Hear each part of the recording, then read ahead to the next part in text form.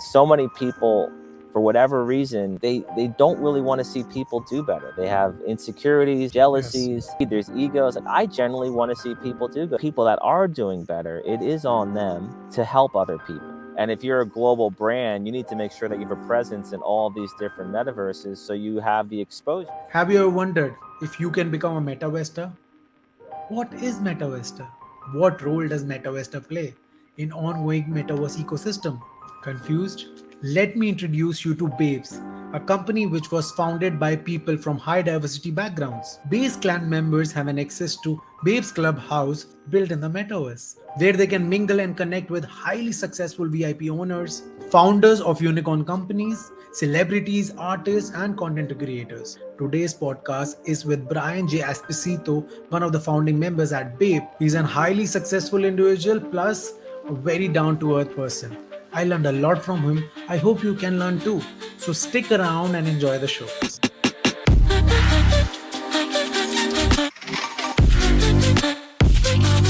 I welcome you on the show, Deep Talk with Avtarit. We'll be diving in depth detail about your life, your companies, as well as BAPES clan, which is the talk of the town right now. Even in India, I mean, you have a lot of fan following, fan base, and I'll also want to talk on part of Indians. How can they also join in? And they'll be learning a lot today from you. So, welcome to Deep Talk with Avtarit.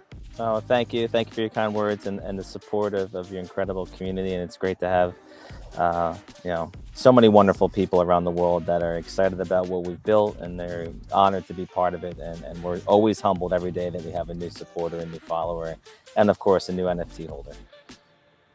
All right. So, how has it been? How is everything going? And how did it start? Let's talk about your journey into the metaverse.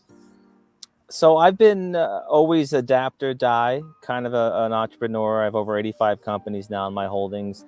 I started my professional career in the late 90s, building the first B2B, B2C e-commerce platform for the beauty industry.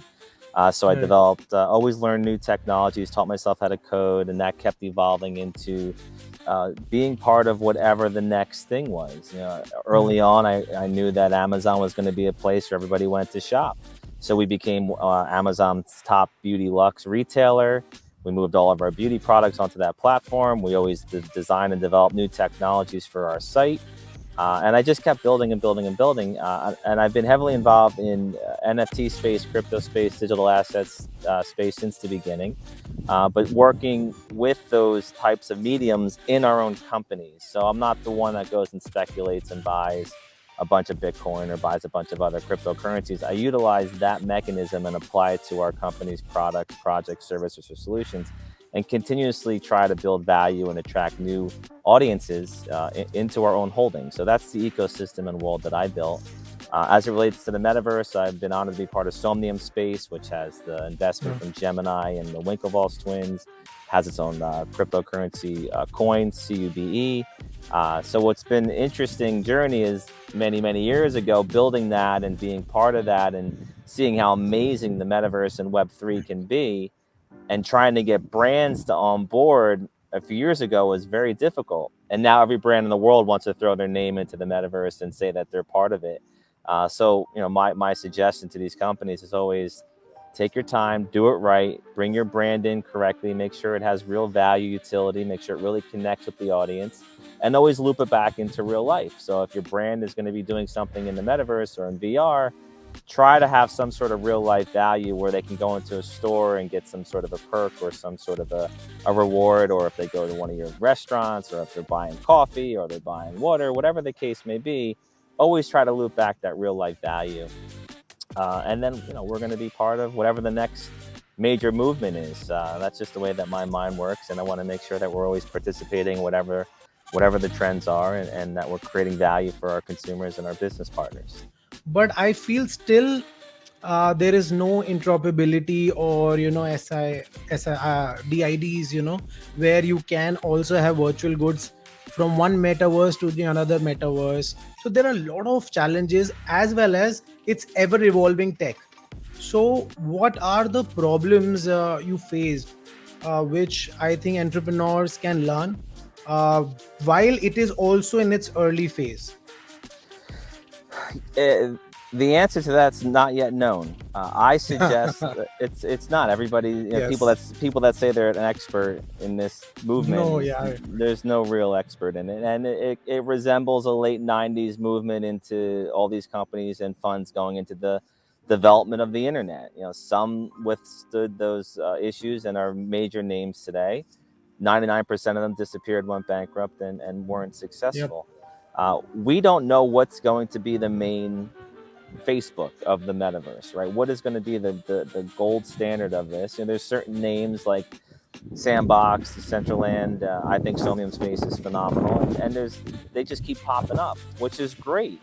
Now the problem I think is for a brand is you need to be part of all of them because it's all fragmented communities. And if you're a global brand, you need to make sure that you have a presence in all these different metaverses so you have the exposure. And there is no interoperability, like you're saying. They don't work well together. So you have that fragmented solution and offering to the consumer. So again, if you don't have the internal staff, think of when social media became popular. Brands had no idea what it was. They didn't have any in-house talent that understood social media, and they just put an Instagram or a Facebook page up, and they tried to manage it internally with their other business leads. People that were doing click advertising or people that were doing TV advertising or radio advertising. It's a completely different animal. Same thing is happening here. So what's great to see is that people are learning it. They're going to school for it now. They're developing their skills for it. So if you are a brand and you want to go into this space, you need to have support internally. You need to have skilled workforce that know how to bring your brand into that space, make sure it connects with the audience. Otherwise, you're going to do your brand harm. And I suggest you don't even go into it unless you have the internal workforce to be able to support the initiatives and what you're trying to do with your brand or your services. While this tech evolves, but if you are there, if you're talking about it, if you are going to different metaverses, like we are talking about it, we are educating the masses also. So we are doing some justice to the brand, taking it forward while the tech evolves. 100%. And I know from experience the leadership has to be out there speaking consistent messaging with the community on an ongoing basis. With BAPES and BAPES Clan, we didn't spend $1 on marketing or advertising. Yeah. We didn't buy that community. We didn't buy that movement, because when you buy the movement, it fizzles immediately. There's no real support behind it. We continue to always add value, excitement, put together strategic partnerships, help other projects that we believe have real value but don't have the community support. And for the NFT space, the crypto or digital asset space to be able to succeed and grow to the levels that some are predicting, you need to have legitimate projects out there that really provide tremendous utility and value and protect that community. Otherwise, people are going to think, oh, that's BS, that's not real, I don't want to be part of it.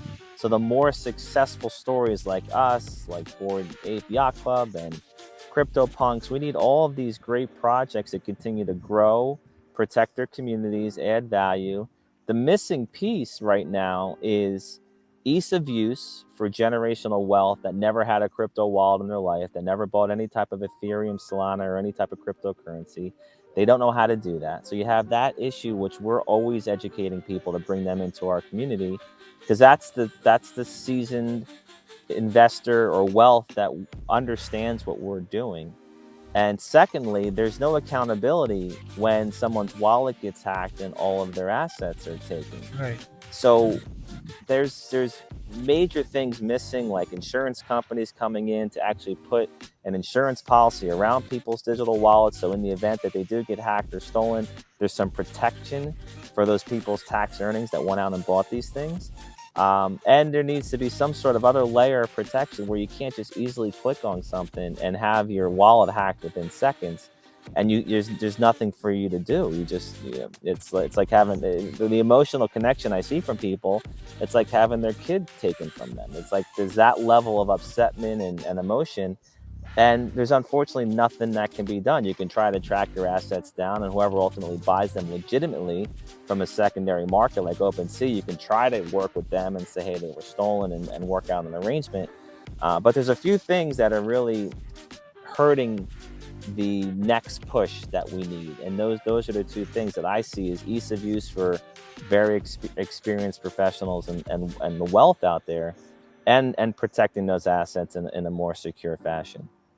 But the other thing that I know is fuel for any industry, and I love that you have experience in the music industry. That's my favorite industry to be part of, is that music component, understanding IP and digital rights and be able to monetize those rights for the Yeah. creators. That's where you see massive adoption and growth. That's what's taken almost all of these social media platforms to the heights that they've seen, as such as TikTok and Triller now in the current world, is that music component where people are attaching some sort of a sound bite to their current emotion or their dance or or what they want to share with their audience and their fans. So that music piece is going to be so important once it's figured out in the NFT space, and being able to bring more people to be able to experience what NFTs are, and attaching it to ticket sales, which we're seeing now, attaching it to some sort of new way of distributing those digital assets through an NFT, and what does that ownership look like? That's what really excites me, because I know that's going to drive this market.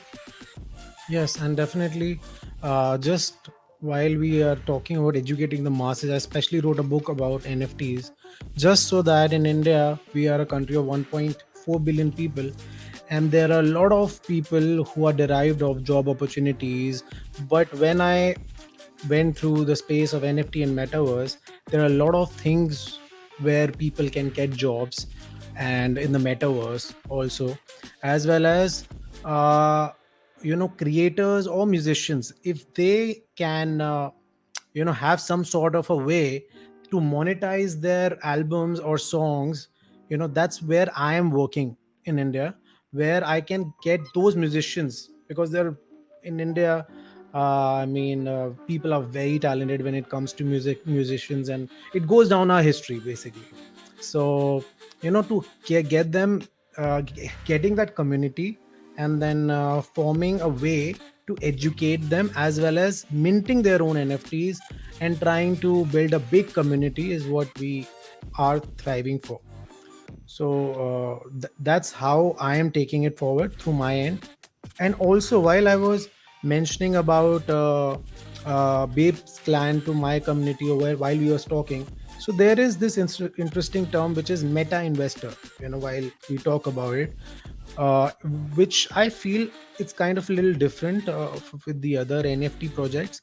So, would you like to throw some light on how Babes Clan will help becoming an eventually meta investor? Yeah, so what we did was we utilized the NFT marketplace as a new way to generate capital for projects or opportunities. So you have the traditional mechanisms of going out and raising money from Right. friends and family, or pitching it to VCs or Mm. private equity funds or angel investors. And then you have this NFT vehicle, which we've seen generates tremendous audiences, customer bases, or community, as well as, when you hit it, can bring in a lot of capital because people want to be part of it. So the Metavestor concept with Bapes Clan was, okay, let's create a vehicle to really protect the NFT and the community and the digital assets, and give the opportunity for them to have a higher demand, and create that short side of supply and demand, that people want this. So in my mind, we're creating the Berkshire Hathaway Class A stock, where you have something that is extremely valuable. People want to have, but more importantly, they never want to sell. They want to pass it down to generation to generation to generation. So Yes. utilizing incredible digital designs from Shake Danielle, which are, we have a team of animators and designers from Pixar, Disney, 20th Century Fox. So you have really beautiful visuals on the digital asset themselves of that NFT, which I still think is some of the best ones that I see in the market. So you create that excitement and that engagement, and people saying, "Wow, what is that? That's so different than what's out there." Then you start to show the suite of very successful entrepreneurs that we've brought in to support the project. So we have over 25 CEOs of major conglomerates of over 25 different industries are very seasoned people that understand their industry.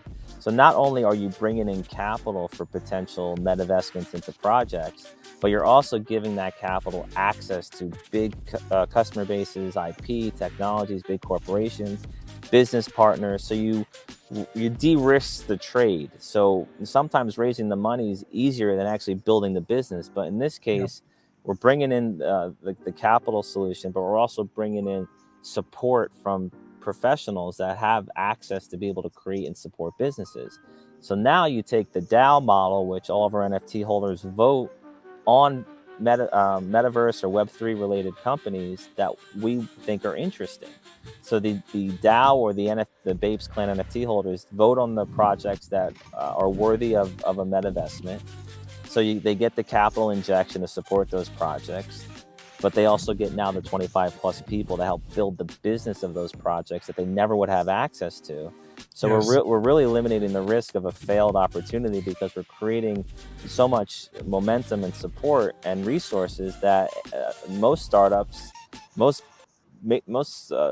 well-established companies don't even have access to. So we're really generating this push to utilizing capital, creating opportunities, demand, and supporting that capital with very, very seasoned professionals that know how to run businesses and know how to move the needle on making something happen. And we're seeing that to work. You know, everybody seems extremely excited about what we're doing.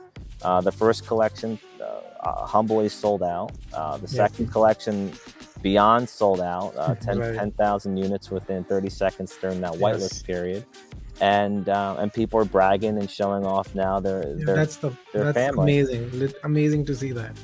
Well, thank you. We couldn't do it without people like you and this amazing community. And now we're looping in. What does the household look like? Typically, you have a pet in the household. So now we're taking the next step of the Bapes Clan Genesis 1, which is the parents. Then we had the Bapes Future, which are the kids, or the Bapesies, Yes. as some people call them. And now, when you have one of each, you'll be able to mint a pet for your household. So you start to see all this interesting movement and visuals come together, and then that will open up opportunities to partner with the pet industry and what else goes on in that household. So to really Wow. create value, Yep. products, service, and solutions that generate excitement, generate rewards, and then create win-win opportunities for everybody that's involved with Bapes and Bapes Clan. That's wonderful. Like partnerships, media access, I think a community, as well as just evolving tech is beautiful if you can drive that. And I feel having access to those 25, 30 people or those venture capitalists, and you can go and meet them in metaverse, like how you working with, that's kind of a USP, I would say, which you are bringing to the table. So I'm really glad you thought like that. Yeah. Yeah, and you can see that these uh, 25 entrepreneurs or CEOs, they're accessible too. They're communicating with our community on Yes. Discord or Yes. Twitter. Mhm. I think we did. I only use Twitter and LinkedIn personally, so I built a pretty strong following on those platforms. I think they're great to use depending upon your businesses and your messaging.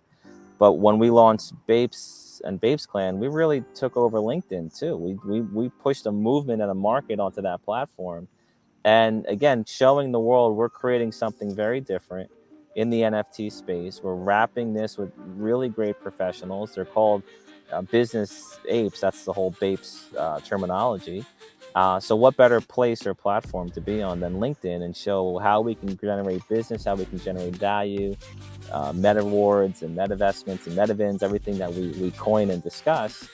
There's no better place to do that than on LinkedIn. And that also, like I was saying earlier, brings in that professional that's never bought a digital asset. So we have, again, that great opportunity and platform to promote something like this, but also the learning curve and the hands-on that you need from not only internal members, but also the community, which we've seen helping people download their digital wallets, helping people find their wallet address, helping people move money into it. So it's great to see this tremendous support and the bonds that are being built and the friendships that are being built. And then the subsidiary businesses that are being built off of people that own a BAPES NFT, and they're creating merchandise, they're creating apparel. I've seen companies that had a little printing shop in a 200 square foot place. Now they've expanded into a bigger storefront. They have customers constantly sending them orders. I've seen people Wow. creating jewelry. So the domino effect of creating something that people want and desire, but more importantly, people are proud of, that's very infectious. When people are proud of something and they speak from the heart, other people want to be part of that. Definitely. It's just contagious. And that's, when you build a good brand, you have a good team, and you're constantly there supporting it. This is something that's really beyond exciting to see. And I've mentioned many times before, this is lightning in a bottle with what we created here. I know I'll never experience anything like this again in my professional career. I hope I get to do other great, amazing things. But what we did here and how we did this and how we created this amazing market and momentum doesn't typically happen. It's all the stars aligning internally and externally, and we just have to make sure we continue to do what we've been doing and not change a thing. Yeah, I mean, having gratitude for all how your team has panned out. I mean, it gives me goosebumps to listen to the whole thing. Like, how can you feel that something magical happening? And you just said, just through the babes, you're feeling those vibes. It's great to see.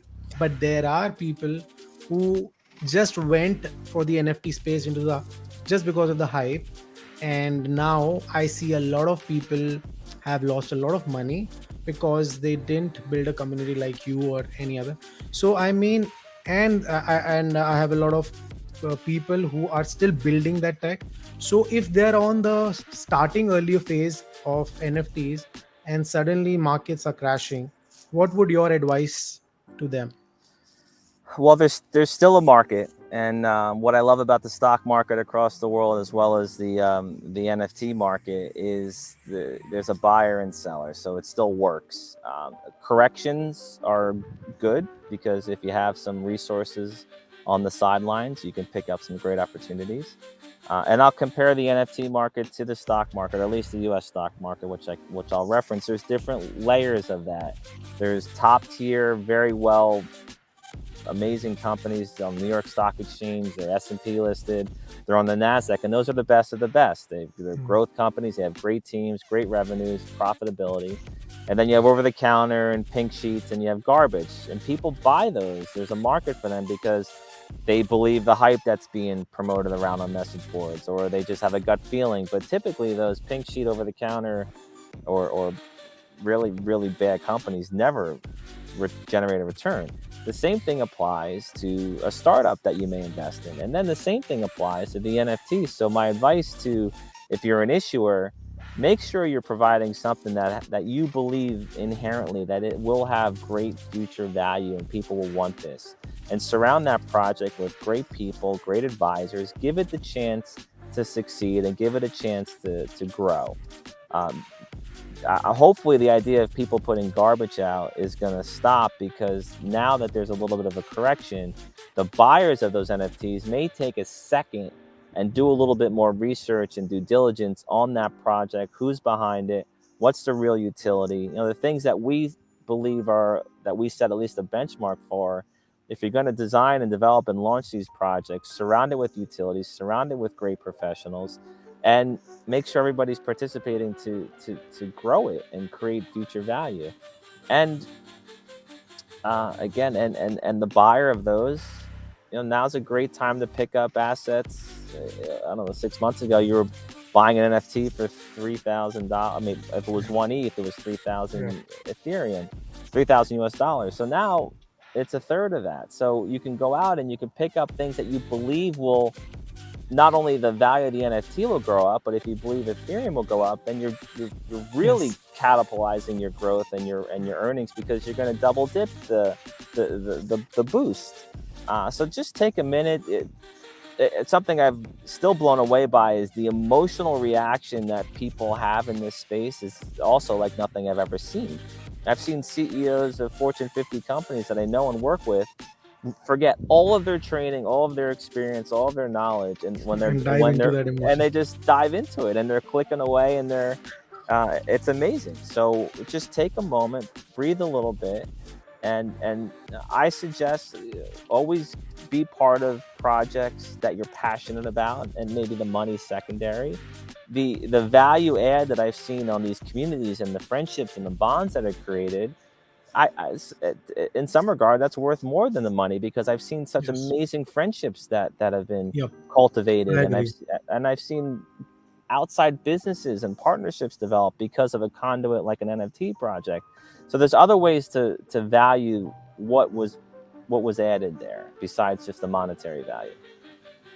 Definitely, even I agree with that fact. The last line, you are building those connections as well as, it's not about connections. I think it's about friendships. As you know, there's a different legacy or a different industry going on. So everybody wants to participate and try to help the other person, to grow, because as we all grow together as human beings, we have always been uniting towards something really bigger in future. So that's amazing to see. And So tell me something about Noodle. How does it, what it has for the people? Nodle, one of my most coveted holdings, co-founded by Misha Ben-Oliel and Garrett Kinsman. It's become the world's largest wireless network. We're connecting billions of devices around the world through smartphones or mobile devices. There's a good chance our SDK or even our own standalone app known as Nodle Cash, so Nodle CASH. You can look for that in the Google and Apple iStore or app stores. And what it does is you earn our Nodal Cash cryptocurrency, much like comparing it to Pokemon Go.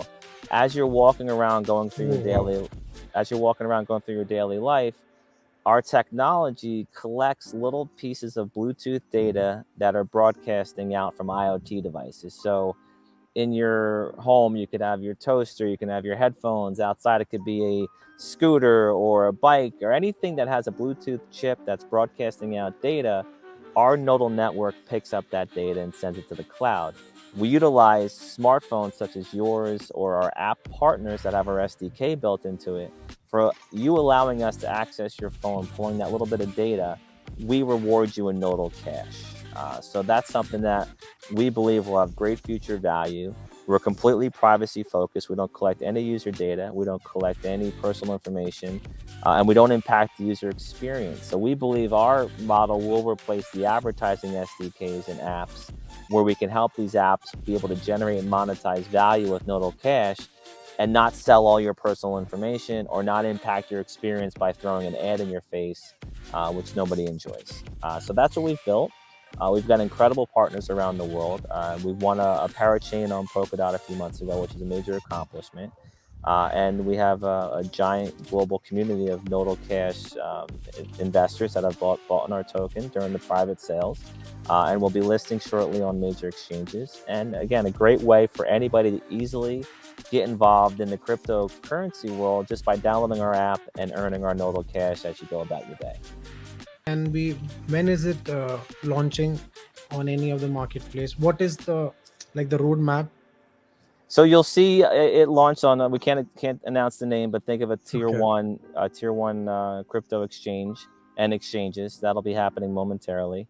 And in the meantime, our users and our app partners are earning Nodal Cash, which does have a real value in the private market, and they'll be able to exchange that for other value. Or ultimately, what we want to also see happen is the earnings that you get from earning or getting your Nodal Cash reward on your phone, that's used to pay for things like your data connectivity or your mobile phone bill or other things that you can really have real life utility and value just by earning our Nodal Cash to your device. Right.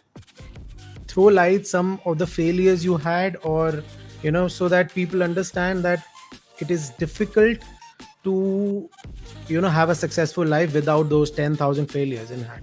So would you talk about something about that? Well, I mean, I think the failures are the most important part of growth and evolving. Okay. I've made every mistake you can think of. In 2016, what was the first part of my life turning upside down was I got into a bad car accident. A Oh, drunk driver hit me head on, and I don't think I should oh, have walked away from that. However, my world and what I built during at that time my 15-year career was all wrong. I Everything fell apart, and I had to rebuild with less than nothing. And part of that process was not being ensuring that I wasn't bitter or angry with the world or the people that were around me. Anything that's happening to me is always my fault. My yes, actions, my decisions, my reactions are what caused my life to be where it was, where it is today, and where it will be tomorrow. It's nobody else's fault. And one of the major things I had to learn to teach myself was to stop giving other people my mentality. I often always ask right, myself, why did somebody do that? Why did they steal from me? Why did they hurt me? Why did they do that?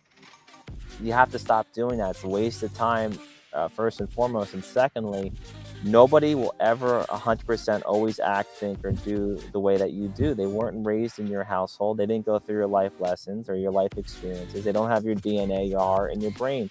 So therefore, you can't get mad at people if they act or do things the way that they feel they should do them. That's on them.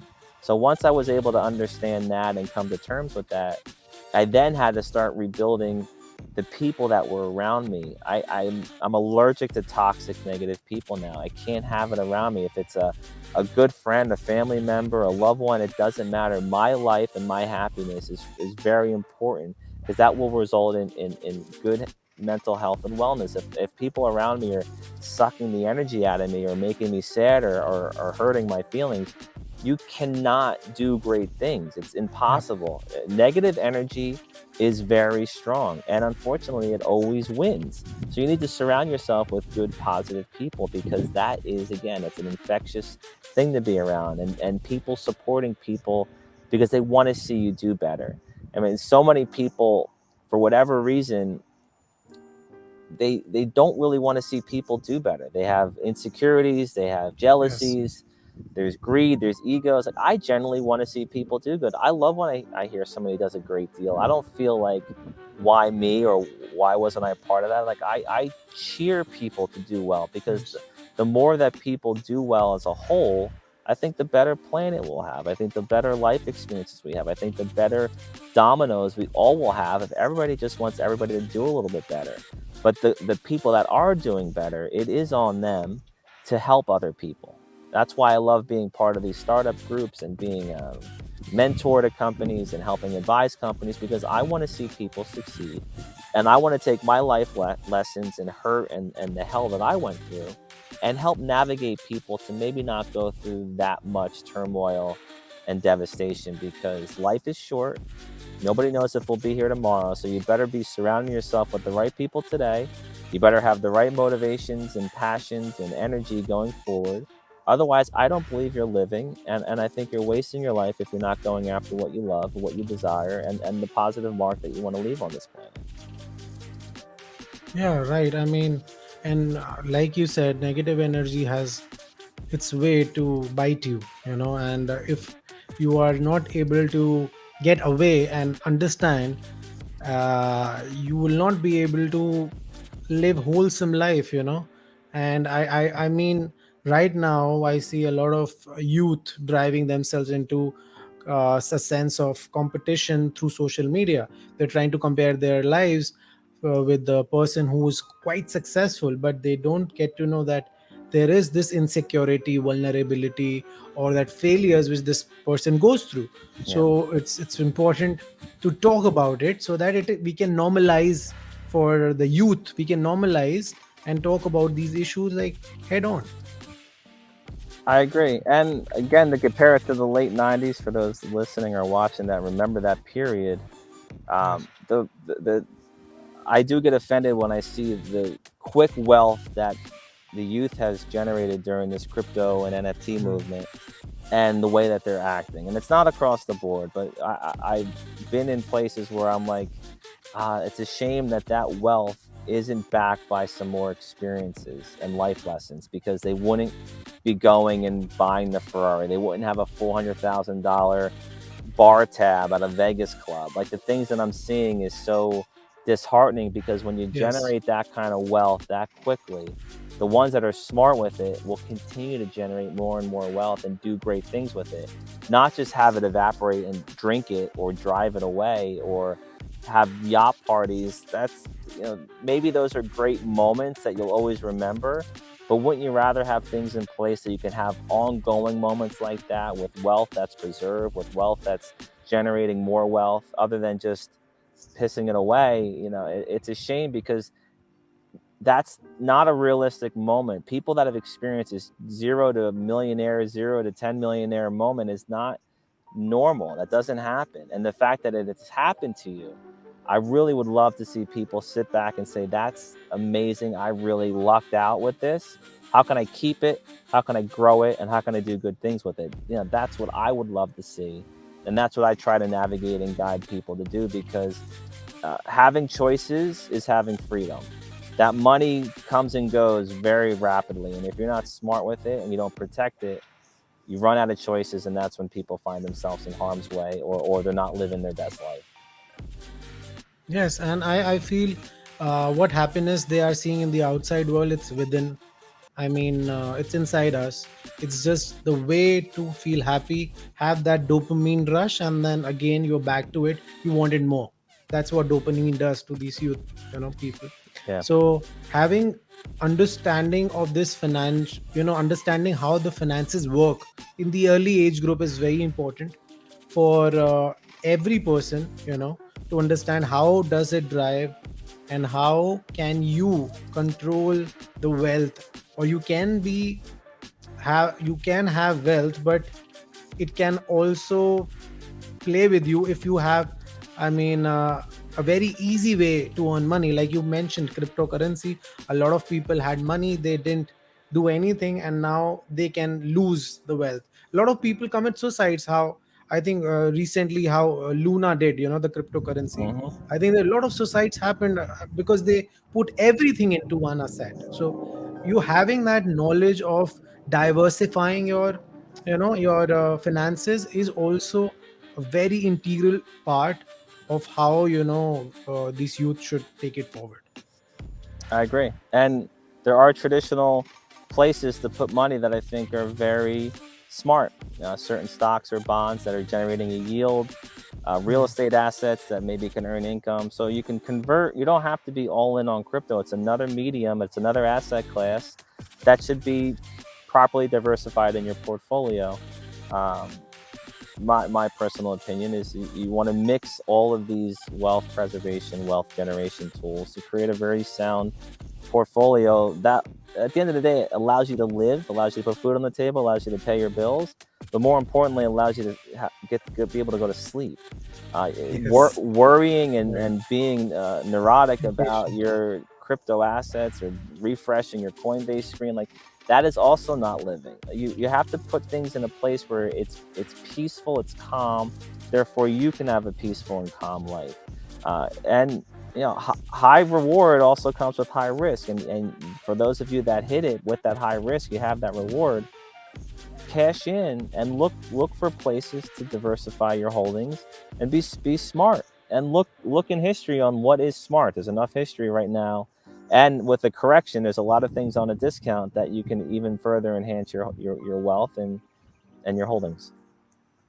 Definitely, definitely. And talking more about the psychology about how we shape our things, what are your current habits you do to have that self belief, regaining that momentum? Because I feel we all feel insecure, but it is up to us to have certain kind of habits we do, or certain kind of people we surround with. What is one your go to habit which people can learn? Yeah, well, it took me a lifetime to evolve this, so it's not easy. It's just when okay, the simplest way I can put this: when things are going good for you, that's when the devil, if you believe in him or her, that's when they'll come out and try to distract you. So when you're on a Right. good path, other things will get thrown at you out of nowhere to take you off Yes. that path. It always happens. It always will happen. So you have to sit back and think, is that a real opportunity, or is that a distraction to take me off of the great path and journey that I'm on? That's a daily habit of mine because, again, not to sound obnoxious, but I'm involved in so many things. There's a lot of companies and partnerships and holdings that I have. So there's always new things coming in. Some are legitimate and have real value. Some are just things to destroy what I've built. So when you're hitting your momentum and you're feeling good about yourself and you're feeling confident, that's when something crazy will come your way. And you have to sit back and think, is that real, or is that something that's just there to hurt me? So that for me is a daily habit. And when you start to make the right decisions on those, again, you have a more calm, peaceful life where you're not worried. It only takes one bad person or bad opportunity or bad decision to wreck everything you've built, to wreck your name, to wreck your reputation. So you got to be very careful and very smart, and take a minute and do some due diligence on people. Make sure they are who they say they are.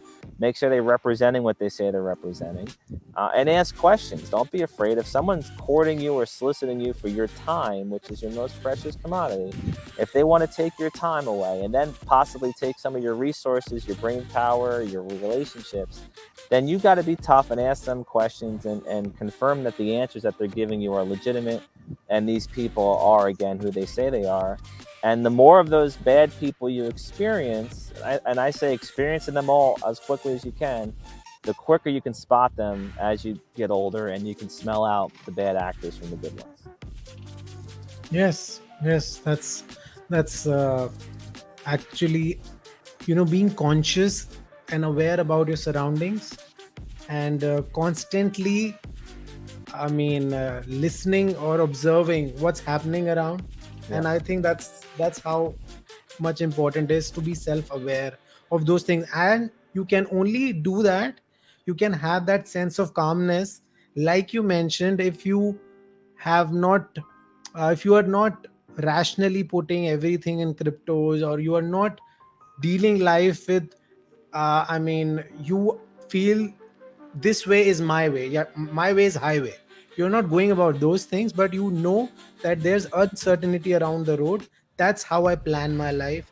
I feel then you will have a sense of calmness while you're dealing with everything very diligently, and taking very important decisions at hand and at play. Couldn't agree more. And always make decisions from a place of calmness. Never make an emotional or reactionary Yes. decision. So hearing you speak, it sounds like we're kindred spirits, and we've been on a similar journey to Yes. be where we are today. And I always like to say the best is still yet to come. So I wish you nothing but tremendous continued success, health, and happiness. Same to you. Same to you. I hope. But it was lovely having you. It Thank was you, sir. great to have you. You as well. Keep up the great work, and we'll speak soon, my friend. Yeah, same here. Same here. Have a great day. You too. Take care. Thank you. Hope you enjoyed the podcast. Keep learning, keep growing, have that self belief strong, and keep listening to Deep Talk with Avtarit. Do like, subscribe, and share, as I bring you a lot of people from different kind of fields to talk unfiltered on my show Deep Talk with Avtarit.